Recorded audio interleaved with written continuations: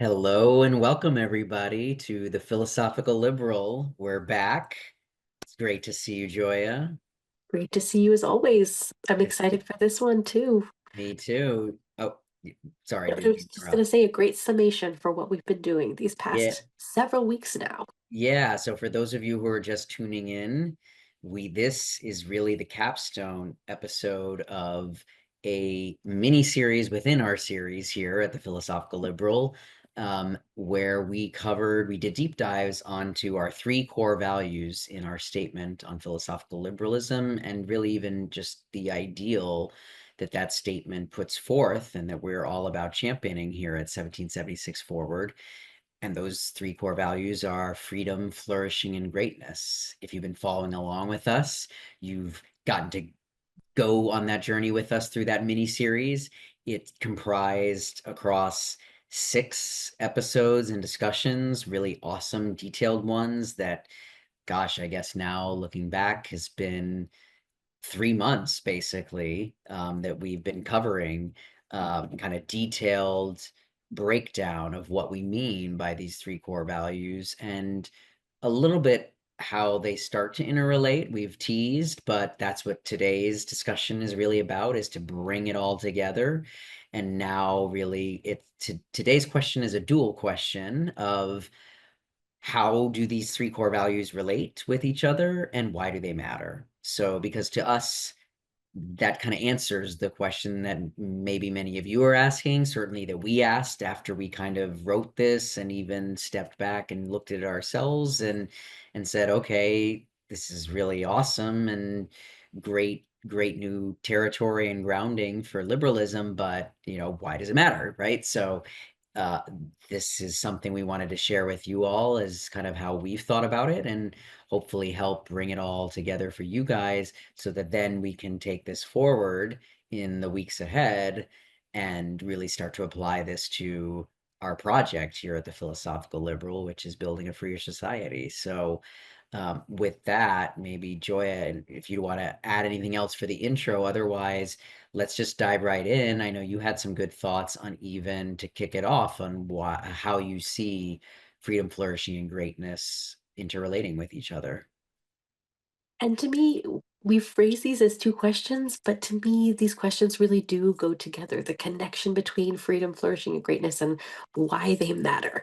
So, to start with, if you remember way back when we had done the conversation about freedom, an idea that perhaps we didn't stress even as much as we ought to have is that freedom, in a sense, is a starting point, in that, well, the way I would say I see it is that we are all born free. In that sense, freedom is our birthright. We had talked in at least one of those earlier episodes about how we have the freedom of our mind, our attention, and then also the freedom of our bodies, our energy, our actions.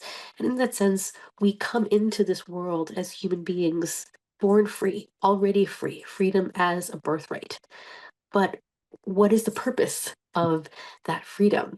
And if I had been drinking more wine tonight, I might have gone on a long rant about some people we often, fellow travelers that we often see in movements for free society, who share this recognition that we are all born free, and a lot of what they even argue then for is, well, this means that, as long as you're not hurting anyone else, then you're free to do whatever you want. And I would say that is true, but it misses the point.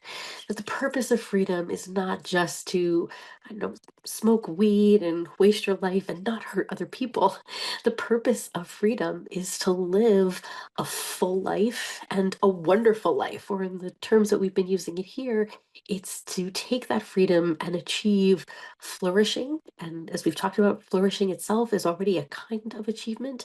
And then if you take that flourishing to actually have greater achievements that have scope and size and scale, that sense of greatness that we've talked about, that this is what freedom is all about. And then there's a beautiful way, you're going to say more about this. We've talked about how freedom is both a means and an end. It's a beginning and an end point. So if there's the beginning, the way in which we are born free, there's a beautiful way in which freedom, as we say, begets flourishing, begets greatness, and that at that apex of the greatness, what we get to revel in is a kind of magnanimous sense of freedom. That is the ultimate reward for achieving a flourishing, great life. But I know you've had beautiful ways of riffing on this idea and putting it into your own words as well that I'm sure you'd love to share. I want to hear it.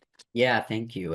But I appreciate how you started it, which is that we're all born free. I think that is something we all forget, myself included, as an activist and thinker for freedom my whole life, essentially. Um, it's not something that I think we emphasize enough. I mean, on the one hand, you can see how sometimes some of the schlocky, kind of like patriotic bromides and slogans talk about born free and all of that, and that there's nothing wrong with that because it does still at least reinforce this idea. But even just knowing myself, even as someone who consciously thinks about freedom and has been exposed to those slogans and the like, they always just seemed to kind of like not really resonate with me or hit the mark, so to speak. But when you put it in that way, that like just metaphysically, that's how we all start out, and that frankly, that's how we even started out in our own project, is trying to start with kind of key insights about reality and human nature. That really does ground it here. So it can't go uh unstated enough. I or can't go stated enough. So thank you for that. Yeah, and you set me up great for what I was going to say. My own answer to at least the first part of this, of how they interrelate, and I think I touched upon this in one of the earlier episodes as well, is what I kind of call just our simple formulation, kind of even why and how we came to these three was, as you beautifully put, like freedom has a purpose, and it's flourishing and greatness. So as our kind of three-part formula, but now even as we're talking through it more and exploring it more, I realize it's really a four-part formula. It's freedom begets flourishing, begets greatness, which then begets freedom, an even higher level of freedom. So that is kind of our formula. If you take nothing else away from all of this, is think of that, like, because that is really the ideal that we're championing here in philosophical liberalism. And in part because if you listened into our session on flourishing, this particularly the second episode, you will have heard Joy and I both put forth kind of our own visions of what that meant to us. I had my magnificent seven elements, she had her elite eight elements, and across a unifying theme across both of those sets of elements in what we think go into flourishing were many components that definitely entail freedom. And then, even as we talked about, once we got to greatness, that greatness in our view was kind of a grander scope of ambition and achievement above and beyond flourishing. So in that way, it builds upon flourishing. So that's what this formula is really meant to express, is that not only that they're kind of cumulative and building upon each other, and in a spiral kind of effect, because you come back to where you started in freedom, but at a higher level now. um, but that they are interrelated, and that the purpose of one leads into the other. So that's kind of what I would say. And my only add-on to that is, like, to those who would say, well, why does flourishing and greatness matter to freedom, or why are those the two significant points that you're picking out? And I would say, well, if once you know that these states of living and being are possible, that we can live a flourishing life with all of these glorious dimensions, whether it's 7, 8, 9, 10, whatever your number is, which we've invited you all to share with us what you think are those components are for you. Once you know that that's possible, and then even beyond that, as we've kind of staked our new claim that there's an even higher level of greatness, why wouldn't you want to achieve that? And why wouldn't we want to make that the main thrust of life? So that's what we're all about. And certainly, and then we're going to talk much more in the weeks to come about how and why freedom, and particularly political freedom, is so essential to that end.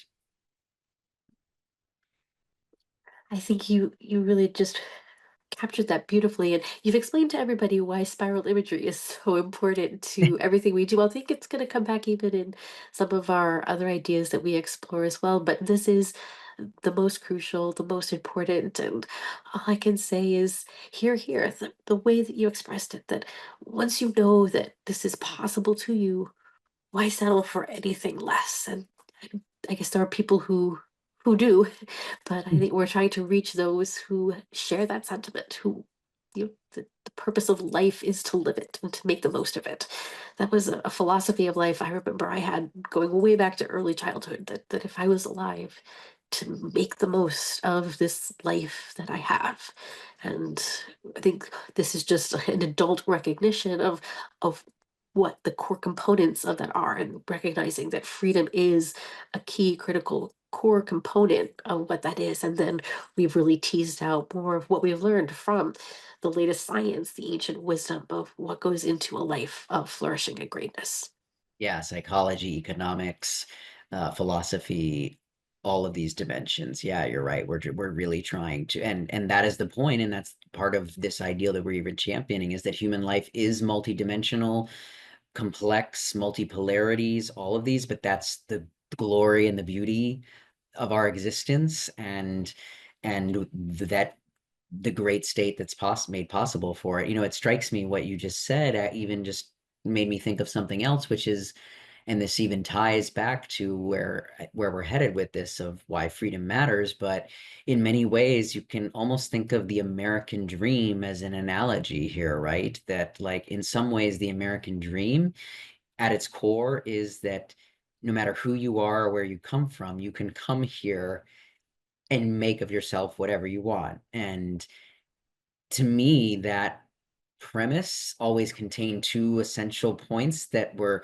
implicit, but now, and even to me growing up, and only now and later in life, and as I've thought through these things, are now explicit. But on the one hand, it's the freedom to make what you want, and then to and then the other is that you can achieve a, like, elevated state of being, the greatness, the dream, whatever your dream is, it's flourishing in greatness. And so to me, part of maybe even the beauty and the enduring allure of the American dream as kind of like an ideal is it speaks to this reality that in freedom, this way of living has been made possible for more human beings than ever before. And so to me, at least, that is the American dream, and that is the freedom dream, we might call it, to universalize this principle even further.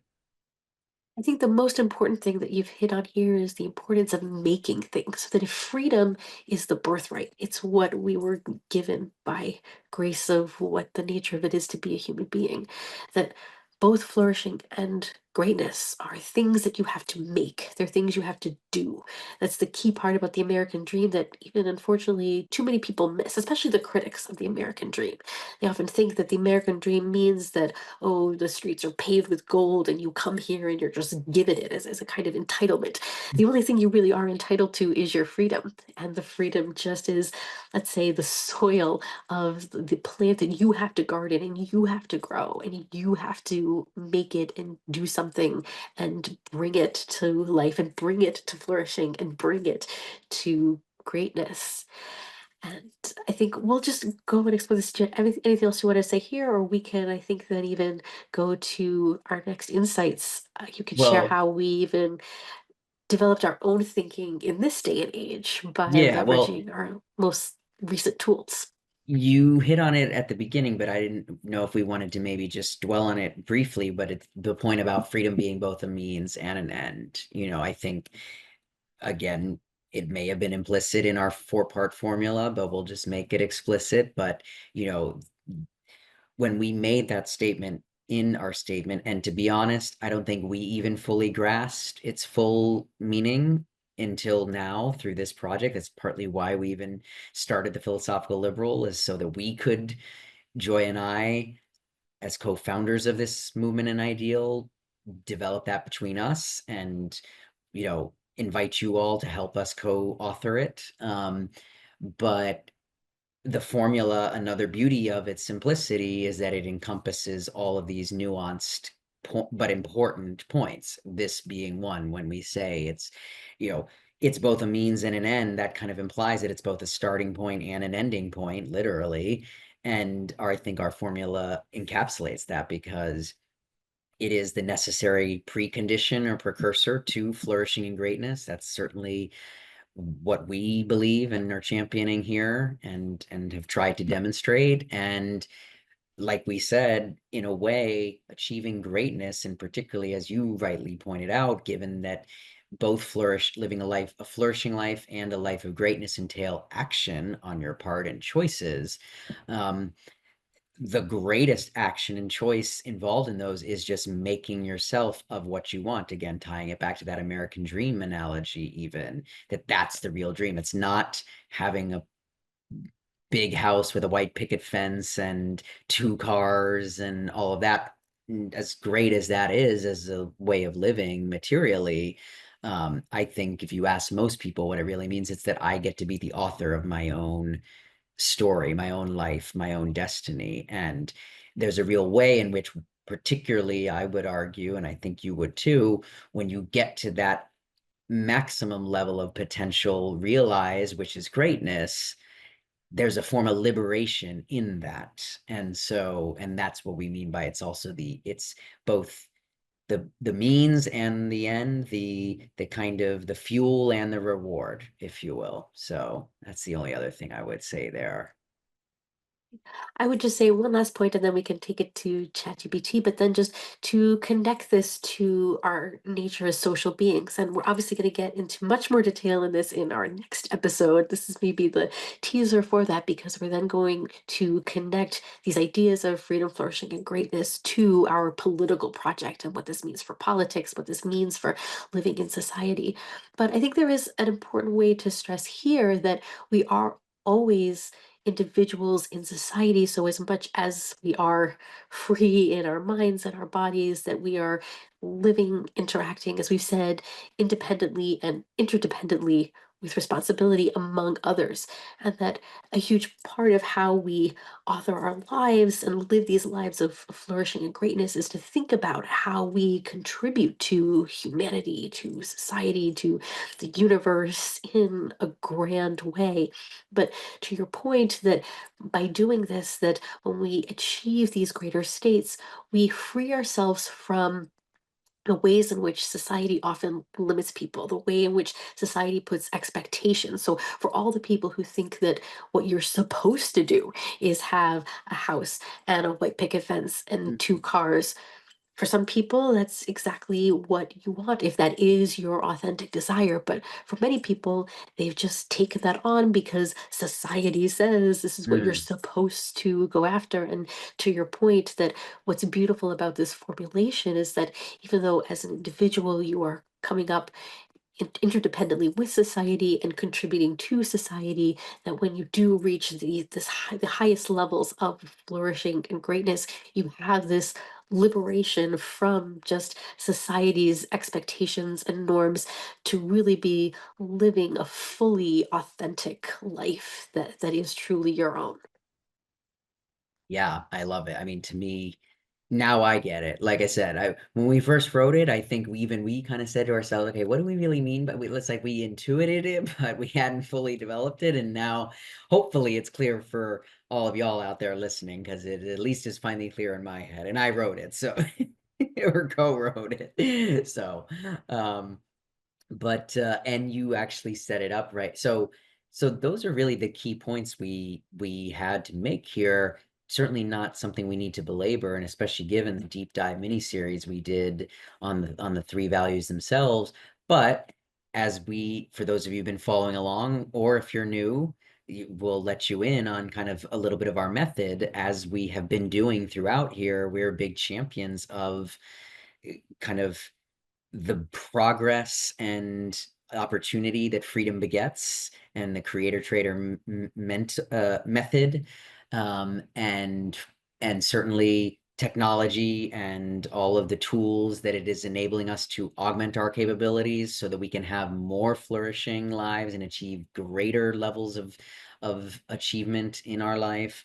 We're 100% champions of that. So we have been big advocates of using AI and integrating it as really a new general purpose technology like the internet 25 years ago. We really feel, I certainly feel at least, and can already see the benefits of this new technology, like what the advent of the internet was a generation ago. And regardless of whether you think it will or won't be a huge development in society, it clearly has lots of benefits. So we've been using it throughout this process to aid in our own thinking. And so we did, on this one, pose the question to AI to see what it came up with. And we used ChatGPT in this instance, asked it these two same questions, and we thought it actually had some really great, profound things to say. So we just wanted to share it with everybody.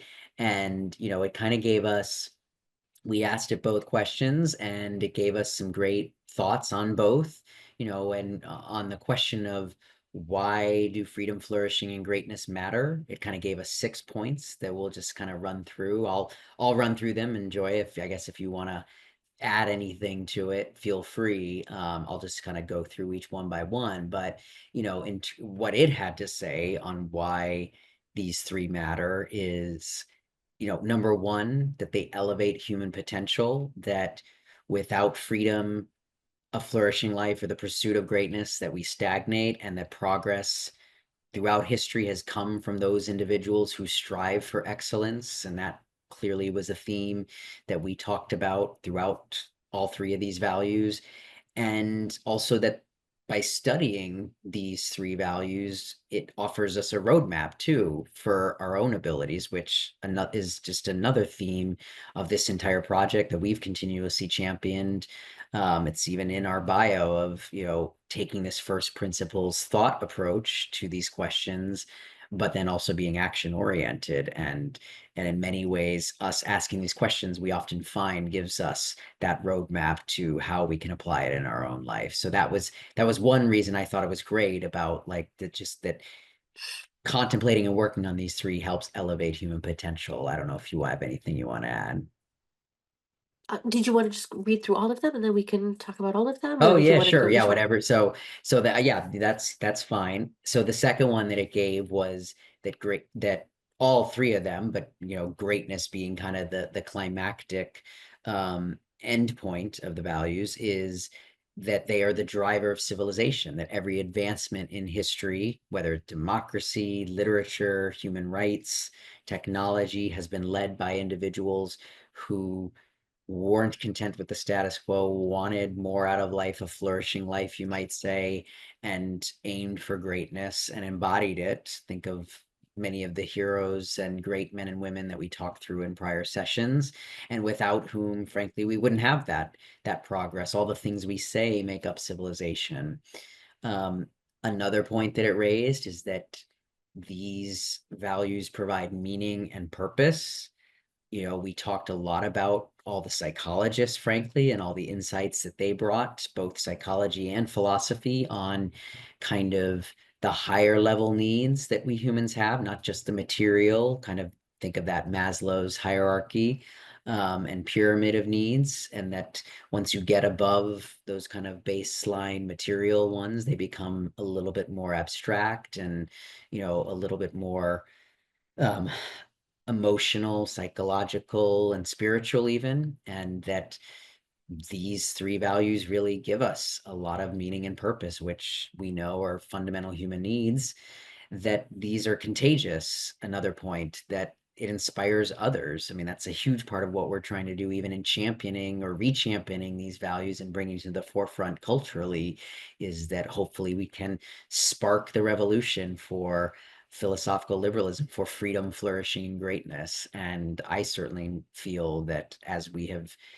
dived into these more, just as I've explored the meaning of these values more myself, it inspires me. And I know in our conversations with each other, even it's mutually inspiring. So, it kind of, to your point also, we are not solitary, solely individual beings. We live in society with others. And so aspiring to flourishing and greatness, it creates movements that help move that along. And if you think about all the great leaders throughout history, MLK, Socrates, Gandhi, Steve Jobs, kind of across the spectrum, they often inspired people to rise to the level that they embodied in their own lives. And then a fifth point is that it pushes against mediocrity and conformity. You kind of hit on this in your kind of subtle critiques on the American dream, and which I totally agree with, is that oftentimes where we take what society gives us, and there can be many reasons why societal norms often work for many people, but they also can promote mediocrity over excellence. And so the pursuit of freedom, flourishing, and greatness, which I would argue, and we have argued throughout the series to date, are still the exceptions rather than the norms. Um, that precisely because they're still exceptional in pursuing any or all of these three values, it helps us counter that pull towards mediocrity and conformity that the wider society in which we live often can drag us towards. And then the last one is that, as we've talked about before, that ChatGPT put this more in the frame of greatness specifically. It said greatness is the ultimate form of freedom, but as we've said, kind of greatness builds upon flourishing and freedom and is itself a higher level form of freedom. So those were, I think, six wonderful answers that in some ways were more articulate than ours of why these three values matter. And I'll just pause there in case you want to add anything. But the ChatGPT even did a good job of highlighting six different aspects that I think we've touched upon in different ways, but even just drawing those out, and it does a great job of putting it more succinctly than I know you and I often do, at least on our first try. So that's often really good. But I'll say there's two words that really came to mind when I read ChatGPT. One was a word that they gave in their preamble before the six, and one that I think emerges from all of these. And the two words would be aspiration and authenticity. Aspiration, that's one of the things ChatGPT pointed out, and I think people know when you give it a prompt sometimes before it gives its answer, it gives a little preamble. And part of the preamble said that it pointed out that as human beings, we are aspirational Mm-hmm. beings, and that freedom, flourishing, and greatness really drive that aspiration and call forth that aspiration, call us forth to become all that we can be and the best of what we can be. That our human nature is that we are not fixed, that we come, that the beautiful flip side of the fact that we are not omniscient and omnipotent is that we always have room to grow, and that means that Mm-hmm. we always have room to be getting better and better and striving toward becoming more flourishing and more greater versions of ourselves. So that aspirational nature, that this trifecta of freedom, flourishing, and greatness pushes us toward. And then the word that I think sums up all of these that we've pointed out but perhaps haven't highlighted enough is this concept of authenticity and really Mm. living.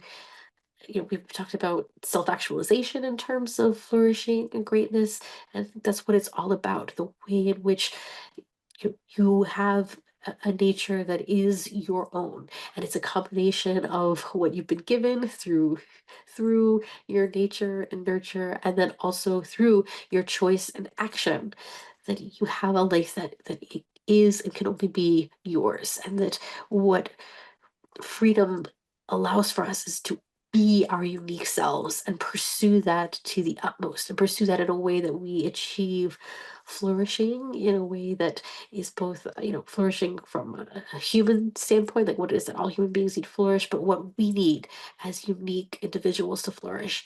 And then it pushes us toward the greatness that only each of us are able to achieve and contribute to this universe. I love it. And good catch. Those were some other great insights that the AI gave us. It's still crazy for me because it's like I almost want to call it like a being, the machine is what I will often come back to remind myself. But I mean, this is why we use it, frankly, because it helps us develop our own thinking and and is already at the level of creating great insights, that. And so I think it's been great, and pun intended. And then, on the other question we fed it of how these values interrelate with each other, we also thought it had some great things to say, particularly about freedom, which will set us up for as we move into the next week's discussion. But when we pose the question of how, in particular, flourishing and greatness relate to freedom, um, interestingly, without prompting, you may recall we ourselves, going all the way back to when we talked about freedom, we talked about how there's actually many dimensions of freedom: politically, financially, time, psychological, emotional, whatever. And interestingly, ChatGPT kind of did something similar in its answer to this question. So it gave us kind of four ways in which both flourishing and greatness relate to freedom. The first being in the political freedom domain, that kind of said, does flourishing and greatness require political freedom? And it rightly observed, as we've talked about in our prior sessions, that historically the greatest bouts of human progress and advancement, all these things that we just made the case for why greatness and flourishing matter, and that they unleash these wonderful phenomenon. Historically, we know most of those things have come out of periods and societies, cultures where there was a lot of political freedom. Now, it is not a universal case. So, the answer to that question, does greatness and flourishing require political freedom, may not be kind of a definite yes, but we also know that totalitarianism just by nature stifles flourishing and greatness, whether through censorship, coercion, or suppression of independent thought. So, but great people, you talked about, some of the great Viktor Frankl, Václav Havel, Nelson Mandela, many great people, through the political oppression of totalitarianism that they faced, also created greatness. So, kind of one way to maybe sum this up, and in which ChatGPT, I think, rightly did, was kind of said, political freedom certainly amplifies greatness, and in the absence of political freedom, it often forces greatness to emerge in opposition to oppression. And I would argue, I would add to that, that it certainly at least diminishes the amount of flourishing and greatness, both within individual lives and certainly kind of in aggregate across a society. The second one, it looked at the psychological dimension, which I thought this was some interesting points, and it kind of noted, it kind of reframed the psychological as saying, is flourishing and greatness a state of inner liberation? We've talked about that. And many of the great thinkers and doers that we've referenced in helping us tease out our meanings of these two concepts of flourishing and greatness, they themselves noted how it often starts in the mind. We champion that it starts as that it's ultimately a choice, a form of action within the individual. And so you could say that that's an element of the psychological realm and domain, and that liberation from societal constraints, imposed values, fear of judgment, that's all a form of psychological freedom, and how the two relate, or the three really relate to each other. And that you could argue even flourishing and greatness demand psychological freedom, because they require the ability to think, create, and act without internal self-censorship or fear of failure. So you can think of political freedom is about removing as many external forms of censorship, oppression, constraint, and psychological is jettisoning those within the internal domain. A third one was financial freedom, and does financial security enable or hinder greatness? And I think that the AI observed, I would agree with it rightly, that it's not necessary, it's not a prerequisite, because resilient, kind of your character traits are what ultimately matter. We talked about that certainly in greatness and flourishing to a lesser extent, that it is open to everybody, but it's more about that choice and ambition that you make to go after these possibilities. But it certainly helps. And that, even taking Maslow's hierarchy that we talked about, once that acknowledged that once the basic material needs are met, you get that sense of security and then can go beyond that. So having some degree of financial freedom, that enables further a flourishing life, and certainly the ability to then spend time on how to go beyond flourishing to the next level of ambition and achievement, which is greatness. And then the last one it talked about was that, again, tying it all together, we've talked about it, but just how greatness is the ultimate form of freedom, that it's an act of liberation to free oneself from the limitations of fear, inertia, mediocrity, and social expectations. And I really liked how it put that one, because I think that brings the emphasis back to how perhaps the biggest choice that pursuing a life of flourishing and then even more greatness represents is the inner choice to overcome the inner voices and gremlins, if you will, that all of us have, that are just innate, I think, to the world we live in, unfortunately, but that in the struggle and the challenge of overcoming, that is not only the makings of a flourishing life and certainly a great life, but is the ultimate act of liberation from those constraints. And so that true freedom is not just the absence of constraints, but the full realization of one's potential. And so I'll just pause there. Those were the 4 points. There was a couple other great just quotes that I'll add in, but I'll let you comment on those four.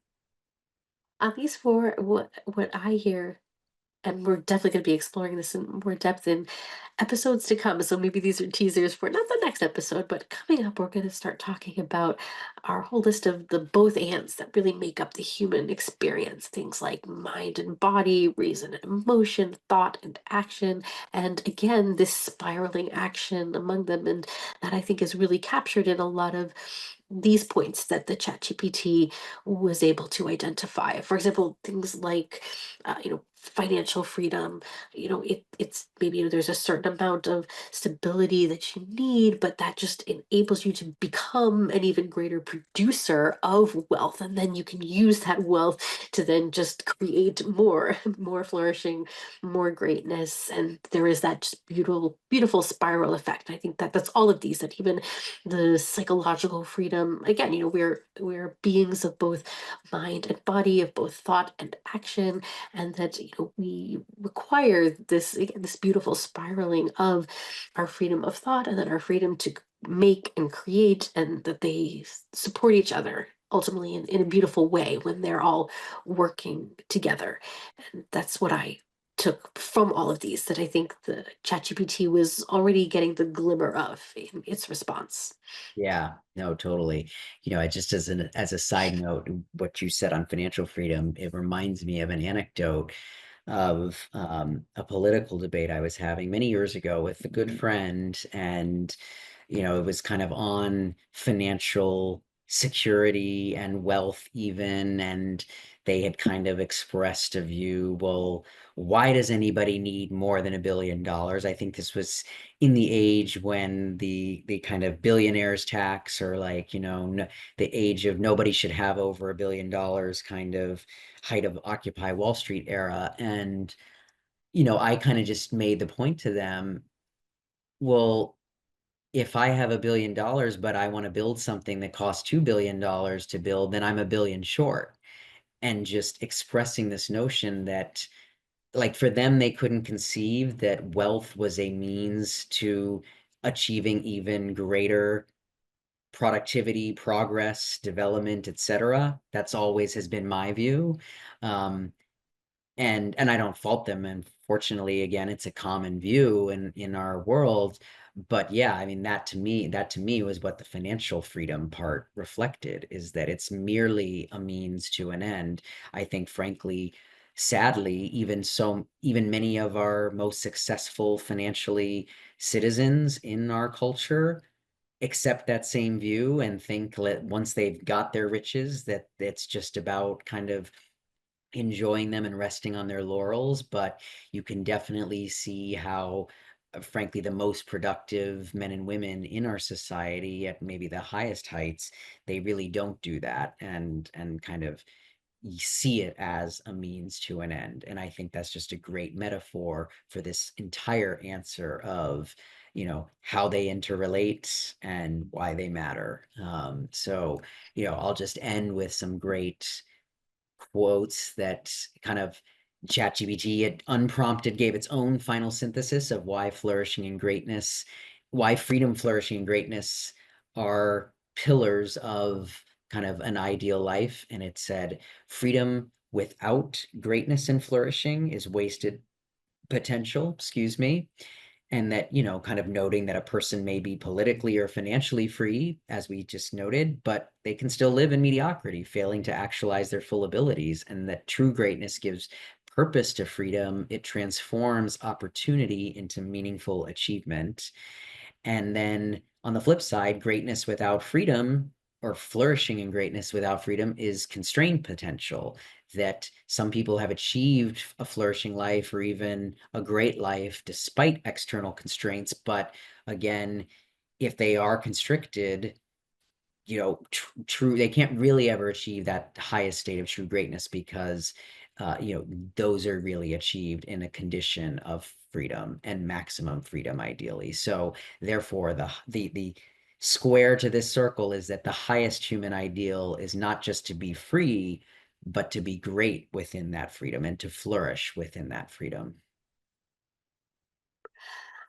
I think we can even make a point about our method of using AI, and I think that will even lead us into our next topic on the agenda, which Yeah, is our call to action. I think yeah, it's important to point out that how we use AI, it's not as an automation or as a replacement for our thinking, but it's as you might call it a partner in our iteration. And so we've been talking about the importance of spirals all evening, and we definitely have used spiraling even in our method of thought. I think it's been something beautiful in how we've put together this organization, both you and I, that the way that we've worked is to have moments where, as we say, we go off in our corners and do work individually, and then we come together and try to put it into something greater. Now I feel we've just added ChatGPT as a new partner in this iteration, and that I think the reason we got such beautiful answers from the ChatGPT has to do with the quality of the prompts that we already put right. into it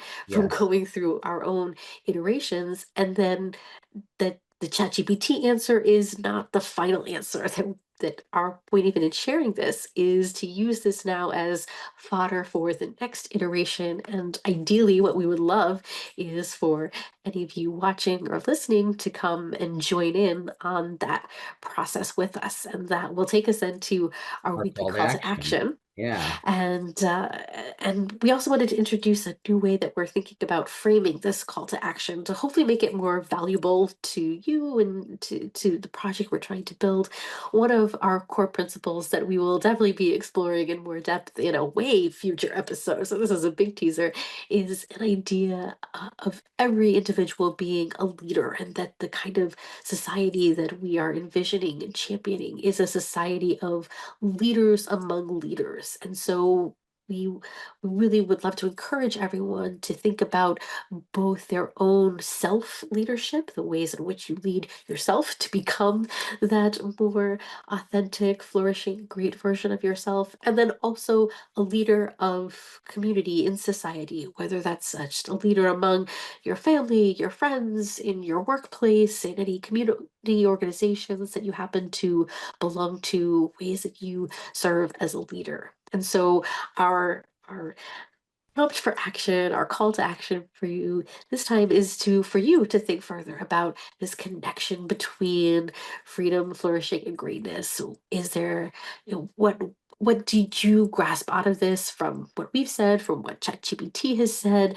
Is there anything that's missing, another level to take it to, or the way to apply it in your own life? So first to think about it in terms of your own self leadership. How would you integrate these concepts of freedom, flourishing, and greatness in a way that makes the most sense for you to live a more flourishing, great, and free life? And then to take whatever insights you've gotten from your sense of that integration and apply it to your leadership capabilities in whatever way that you are a leader or becoming more of a leader in your life. I love it. And I'm definitely, well, the first one we've just done, given our answer to. So I feel like my homework's done there. But on the second one, I definitely want to, I'm going to take that up myself too. Because I know I'm always even practicing with and working on how to apply these in my daily life. So I think it's a great prompt. Thank you. And then we'll just tell everyone to come back for our next episode. We're going to Right. finally be taking these and now bringing it back to the political angle. What does this mean for our philosophical liberalism, our project for a free society? Now that we have these deeper insights about freedom, flourishing, and greatness, we're going to bring it back to politics and then go from there in our statement. That's right. We've sketched out the grand ideal. Hopefully, you share the enthusiasm for it that we do. And now we're going to go actualize it, operationalize it.